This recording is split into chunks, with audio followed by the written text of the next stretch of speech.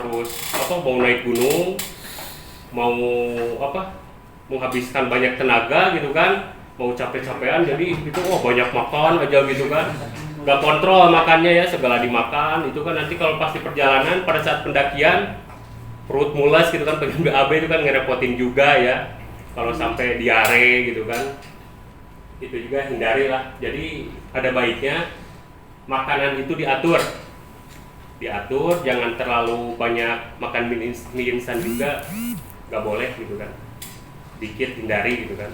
Terus yang manis-manis juga sebenarnya nggak boleh karena cepat lapar lagi. Jadi diutamakan yang banyak proteinnya, misalkan sayur, telur gitu kan, bagusnya gitu, jadi lebih lama gitu kan, daya tahan kenyangnya gitu lebih lama. Yang kelima, faktor manusia yang terjadi kecelakaan di gunung itu tersesat. Kalau misalkan kita salah memilih kelompok nih ya, masih awam gitu kan, yuk kita naik gunung misalkan ya, tanpa mengetahui medan, misalkan mau naik Gunung Karung, so-soan lah, cuma Gunung Karung kita naik aja gitu kan, nggak perlu misalkan ngajak siapa yang tahu gitu, naik aja, itu resiko tersesat bisa kemungkinan terjadi ya. Jadi sebelum pendakian itu kita ada baiknya dan wajib gitu kan, wajib harus mengetahui medan pendakiannya itu seperti apa, dipelajari dulu ya, minimal kita tahulah misalkan estimasi waktu dan jalurnya itu kemana dan estimasi waktu pendakiannya berapa gitu. Yang terakhir ini nih, yang paling berbahaya itu kedinginan atau hipotermia ya. Ini yang sangat bahaya sekali jika terjadi di gunung pada saat pendakian ya. Next, Kang Rio, ada yang tahu hipotermia apa? Penurunan suhu tubuh secara drastis yang Oh iya benar, baca cerdas. Nah, jadi ini hipotermia itu penurunan suhu tubuh secara drastis ya, secara ekstrim gitu kan. Tiba-tiba badan itu gejalanya seperti ini nih, kulit pucat, badan menggigil gitu kan, gemeteran karena lapar mungkin ya. Asat lewat asat. Proses Kurang respon ya. Jadi hipotermia itu gejalanya seperti itu, kurang respon, udah gak fokus gitu kan, diajak komunikasi juga, kesulitan bergerak, kesulitan berbicara, biasanya cadel, jadi tiba-tiba cadel gitu kan karena kondisi tubuhnya kedinginan, penurunan kesadaran, sesak napas karena kekurangan oksigen gitu kan. Yang terakhir, jantung berdebar hingga denyut jantung melambat. Penyebabnya dikarenakan salah satunya faktor cuaca yang dingin. Jadi kalau kondisi kitanya tidak sehat ya, tidak siap untuk melakukan pendakian, terus diberikan cuaca yang ekstrim, otomatis badan kita drop gitu kan, menurun, itu sangat rentan sekali mengalami hipotermia. Yang kedua, mengenakan pakaian dalam kondisi basah terlalu lama ya, bisa dikarenakan hujan atau karena keringat. Nah, pemilihan pakaian pada saat pendakian juga itu sangat penting ya. Jangan misalkan pakai celana jeans, itu dilarang sekali sih sebenarnya, meskipun kebanyakan hari ini ya, karena memang bikin tren gitu kan, biar kelihatan gaya pakai celana jeans gitu kan, pakai jaket jeans, itu sangat dilarang sebenarnya. Karena kalau dalam kondisi hujan atau badan kita berkeringat, pakai pakaian jeans itu susah kering ya, seperti itu. Faktor ketiga ini faktor diri kita sendiri, karena mungkin kondisi kesehatan dan memang sudah kelelahan sekali. Jadi pada saat pendakian itu kita diutamakan istirahat lah, minimal setelah 1 jam pendakian kita istirahat gitu kan. Jangan terlalu sok-sokan, sok kuat kita mah naik aja terus, gak perlu istirahat, dan mengabaikan teman-teman kita yang lainnya dalam satu kelompok, misalkan yang udah kelelahan juga dipaksakan untuk mendaki gitu kan, terus jalan, nggak boleh, harus ada istirahatnya, seperti itu. Nah, gimana misalkan kalau misalkan udah terlanjur nih terjadi hipotermia pada teman kita atau dalam satu kelompok itu ada yang hipotermia, seperti apa sih penanganannya? Next kan. Nah ini, kalau ini cara mengatasi hipotermia ketika si orang tersebut dalam keadaan sadar ya atau setengah sadar ya, segera pindahkan ke tempat kering ya atau hangat. Misalkan kalau di gunung itu bawa ke tenda ya, yang kering bawa ke tenda, atau belum ada tenda juga bikin bipak ya. Nanti ada materi bipak, ada ya nanti ke bipak. Yang kedua, beri minum air hangat, tawarkan air minum gitu kan, suruh minum dulu. Yang ketiga, buka pakaian yang basahnya, ganti dengan yang kering ya, dengan catatan mungkin kalau perempuan sama perempuan lagi ya, bila memungkinkan ini juga ya. Kalau misalkan tidak memungkinkan, nggak apa-apa, jangan dipaksakan diganti, apalagi misalkan sama cowok gitu kan, kalau si korbannya cewek cepat-cepat diganti nggak boleh gitu ya. Gula. Nggak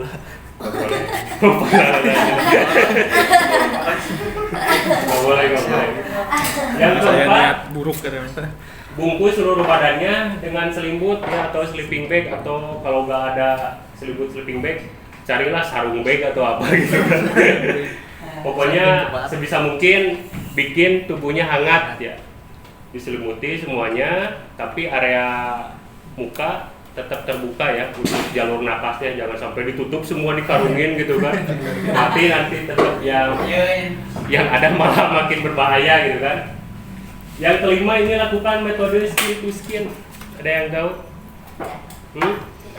Jadi kulit ketemu kulit lah gitu, istilahnya nama pelukan. Bisa dikasih pelukan gitu tak. Tapi dengan catatan tadi tetap kalau cewek nggak boleh sama cowok. Jangan panggilan away. Tapi itu metode terakhir ya. Yang terpenting dari poin 1 sampai 4 itu ya. Insya Allah kalau misalkan udah sadar bisa kembali sehat ya. Kalau misalkan gimana ini tetap gak sadar nih, gak sadar, malah makin parah gitu kan orang tersebut gitu kan. Nah poin ke-6, jika dalam keadaan tidak sadarkan diri dan tidak ada tanda-tanda vital ya, seperti tidak adanya pernapasan, tidak terbakanya denyut nadi, segera lakukan RJP sampai orang tersebut dibawa ke rumah sakit terdekat ya. Meskipun tidak memungkinkan ya, karena sedang berada di atas gunung ya, tidak memungkinkan dibawa ke tim medis, tapi kita harus tetap berusaha. Sebelum ditangani oleh tim medis, kita lakukan RJP. Ada yang tahu RJP? Oh, pintar. Nah, jadi RJP itu resusitasi jantung paru ya. Tindakan pertolongan pertama, pemberian bantuan hidup dasar pada orang yang mengalami henti napas karena sebab-sebab tertentu ya. Itu dengan catatan tadi berhenti napas ya. Saat korban mengalami kedinginan yang ekstrim atau hipotermia tadi, pasti tidak sadarkan diri, kita lakukan pengecekan, cek nadi dan napas. Ada yang tahu cek nadi di sebelah mana? Ya, ini di leher nadi apa? Nadi karotis.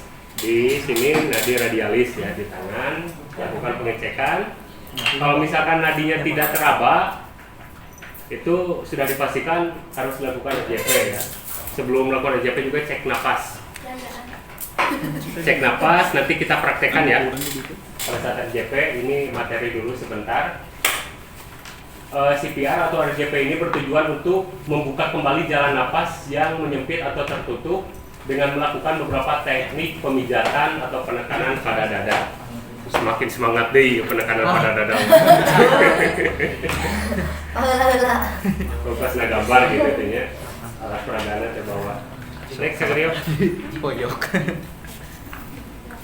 Nah, ini prosedurnya. Prosedurnya baca aja dulu. Yang pertama menggunakan dan menyebutkan alat pelindung diri ya. Kita harus mempersiapkan APD ya. Tapi kalau pada saat pendakian ini idealnya ya. Akan yang akan menjelaskan ini yang idealnya kita harus pakai APD ya. Ini terpenting karena dalam hal melakukan pertolongan kepada korban, yang diutamakan itu bukan hanya korban tapi diri kita sendiri yang melakukan pertolongan ya. Jangan sampai kita bisa menolong orang lain, tetapi diri kita sendiri diabaikan ya keselamatannya. Alat pelindung diri itu penting. Tetapi kalau tidak memungkinkan pada saat pendakian tidak apa-apa ya. Poin kedua, perkenalan dan izin, kemudian memastikan lokasi kejadian aman. Nah, misalkan pada saat pendakian ada orang lain atau kelompok dari orang lain gitu kan, bukan kelompok kita, mengalami hipotermia dan tidak sadarkan diri, memerlukan bantuan RJP, kita harus memperkenalkan diri dulu, jangan so-soan karena kita bisa ujug-ujug sini saya tolong, nggak boleh ya. Kita harus minta izin dulu, minta restu dulu sama kelompok itu, misalkan ada penanggung jawabnya siapa gitu kan, misalkan gini, mohon izin saya dari Gemapala memiliki pelatihan dasar medis RJP gitu kan, boleh menawarkan diri untuk melakukan pertolongan pada korban, misalkan seperti itu ya. Oh boleh, misalkan ya, dikasih izin sama kelompok lain itu boleh, baru kita bisa melakukan. Dan pastikan lokasi kejadian aman ya. Jangan sampai pada saat kita mau melakukan pertolongan RJP ini, perhatikan juga situasinya ya, lingkungannya, jangan sampai misalkan masih dalam posisi di tempat yang tidak aman tuh di pinggir jurang gitu kan, terus posisi bawahnya itu tidak rata ya, pastikan harus rata dulu ya. Misalnya kalau di atas batu itu kan nggak boleh, itu nanti sakit juga orangnya. Nah, poin ketiga, pemeriksaan tingkat kesadaran pasien atau korban dengan metode ASNT. Ada yang tahu ASNT? Tidak. Akan jelaskan ya. Jadi ASNT itu respon awas, respon suara, respon nyeri, tekan ya. Jadi respon awas, suara, nyeri, dan tekan. Caranya gimana? Pada saat korban dalam keadaan tidak sadarkan diri itu, kita lakukan cek respon ya. Respon awas bisa dengan cara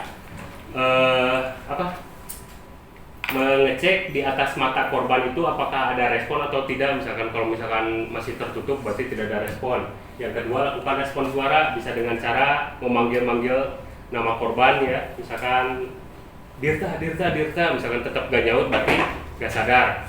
Yang terakhir, nyeri tekan bisa dilakukan di ulu hati atau enggak dicubit di sini. Bisa coba aja sendiri, kalau ulu hati disentuh sedikit juga kan nyeri ya.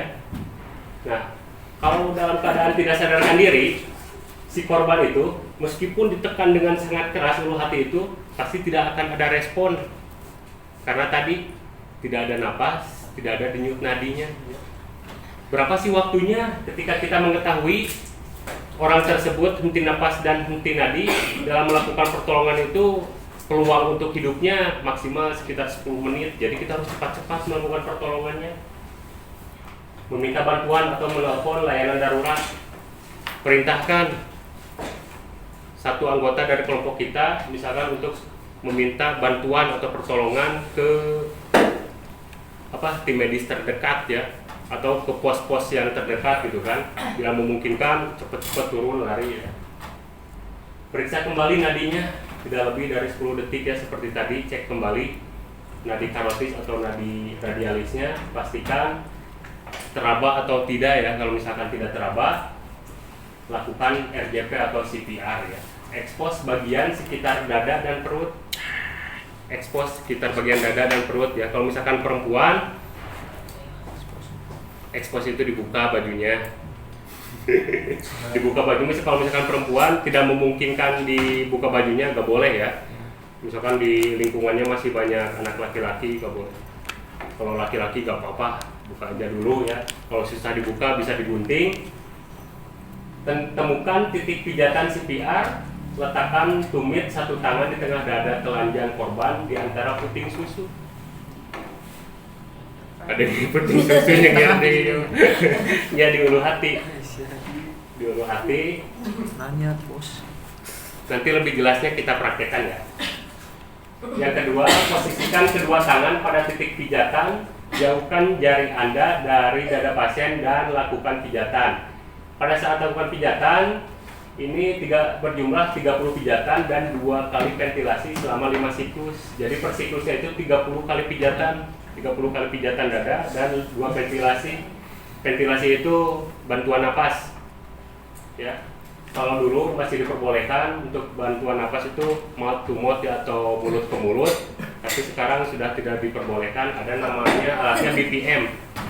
Kalau sahabat-sahabat semuanya yang suka nonton drakor mungkin ya, suka ada kan, atau sinetron gitu, dikasih napas buatan yang kayak di pompa-pompa gitu, kayak gitu, itu BPM.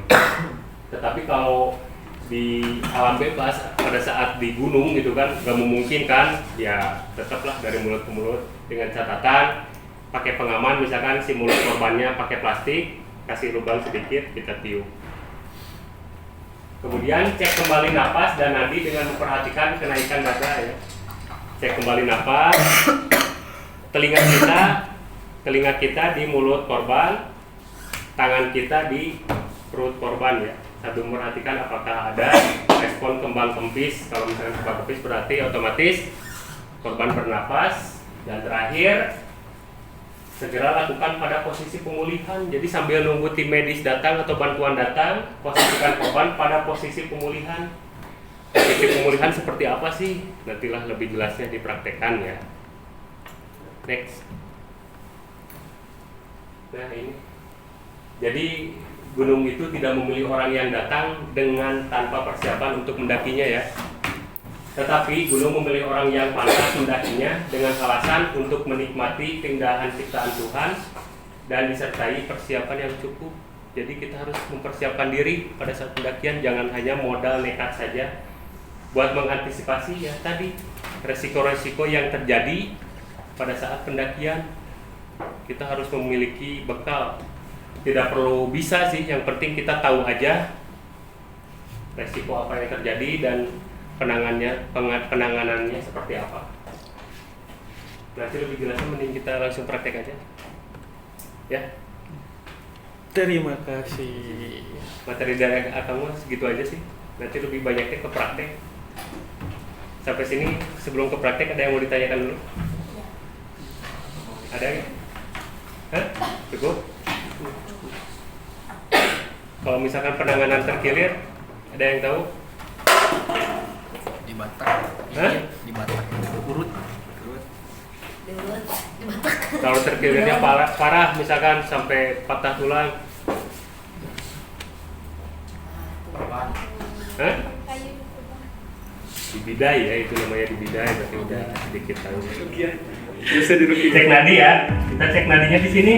Jangan lama-lama, misalkan cek nadinya jangan sampai 1 menit, hanya 5 detik saja. Nah, posisi telinga atau pipi itu dekat ke hidungnya ya, dekat ke hidung. Tujuannya untuk apa? Untuk merasakan napas korban selama 5 detik. 1, 2, 3, 4, 5. Misalkan saja ini tidak teraba ya, atau tidak ada nadi dan tidak ada napas, nah maka kita harus lakukan RJP. Posisi kita harus kayak gini nih. Posisinya nggak boleh misalkan sambil sila atau sambil gini gitu kan, ceknya jangan boleh. Posisinya harus seperti ini ya. Nah, langkah berikutnya setelah melakukan pengecekan nadi dan napas pada korban itu, ini kan untuk menentukan titik tekan RJP itu di dada korban ya, seperti yang tadi akan sampaikan itu 2 ruas jari pertemuan tulang rusuk atau di sekitar ini kucing susunya nih. Gak mungkin kan kalau pakai pakaian gak bisa ketemu ya. Jadi kita buka bajunya dulu. Buka bajunya dulu ya. Kalau misalkan pakai kaos kesulitan dalam buka baju, ini bisa digunting. Ada gunting. Bisa digunting ya. Udah ya, cukup gini aja. Dengan catatan kita harus meminta izin dulu ya, seperti yang tadi akan sampaikan, minta izin dulu ke temannya atau ke rekan yang lainnya. Izin buat membuka baju korban misalkan ya. Oh boleh, kalau diperbolehkan ya lanjut. Nah, jadi posisi RJP itu seperti ini nih. Bisa kerasa kan? Ini nggak bisa kerasa ini kan tulang rusuk nih ya. Nah, 2 jari di sini posisinya tangannya seperti ini nih. Tangan ini lurus sama bahu. Caranya tadi kan seperti yang saya sampaikan, beri penekanan 30 kali dalam satu siklus itu. Dicingin namanya. Jangan sampai kayak gini nih. Gak boleh ya, tapi tetap lurus gini nih. Tetap lurus, tangan itu tetap lurus ya. Anggap saja ini 30 kali. Beri 2 kali bantuan napas. Jok, bantuan napas. Caranya dengan metode gini. Cicing atau dia? Ayah gua tadi masalah. Kalau tidak ada alat ya BPM itu seperti pemberian alat napas. Jadi anggap saja plastik ya. Anggap saja plastik. Di sininya diberi lubang. Baru kita beri bantuan napas 2 kali ya. Nah, ulangi lagi pemberian RJP, tekanan di dada, siklus kedua berarti ya. Kita lakukan selama 5 siklus. 30 ya, beri napas lagi, bantuan napas lagi. Siklus ketiga 30, beri bantuan napas lagi. Anggap sudah selesai 5 siklus. Kembali cek lagi nadi dan napas korban. Oke, kembali nadi dan napas misalkan sudah ada. Selanjutnya posisikan korban dalam posisi pemulihan ya, atau recovery mode. Caranya seperti ini. Singgawar ya. Kaki kiri ditekuk ya, miringkannya ke arah kanan. Tengah waro. Udah, sambil nunggu bantuan datang. Kalau tetap gak datang, ya kita kuburin aja. Seperti itu. Ini salah satu penanganan pada saat pendakian jika terjadi hal-hal yang tidak diinginkan. Salah satunya korban tidak sadarkan diri diakibatkan hipotermia. Sampai sini ada yang ditanyakan? Tidak. Hanya Mau nyobain praktek silakan. Sok. Cobain. Nyobain harus bisa. Cobain satu-satu. Satu orang. Satu orang.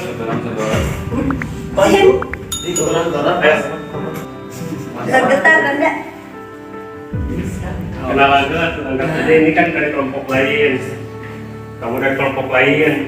Misalkan bukan dari Gemapala si korbannya itu. Kamu harus minta izin dulu buat melakukan pertolongan, dan langsung tanya dulu ini ada kejadian apa misalkan. Pak, ini ada kejadian apa?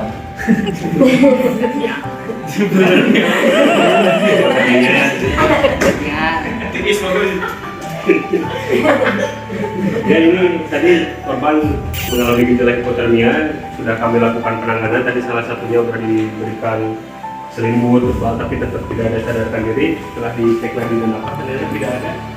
Oke, dari mana? Kelompok Gemapala. Terus mau ngapain?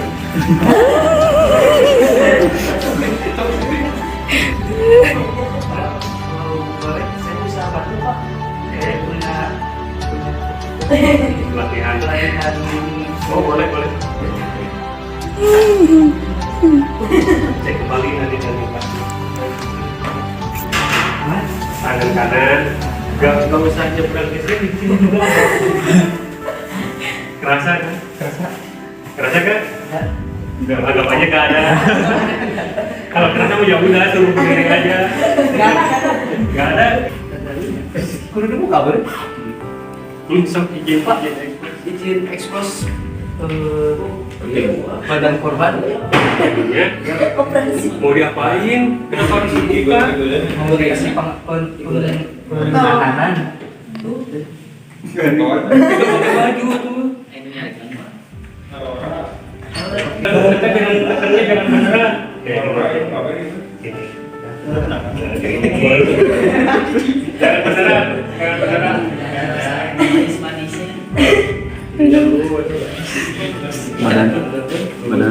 Badan kamu yang lurus.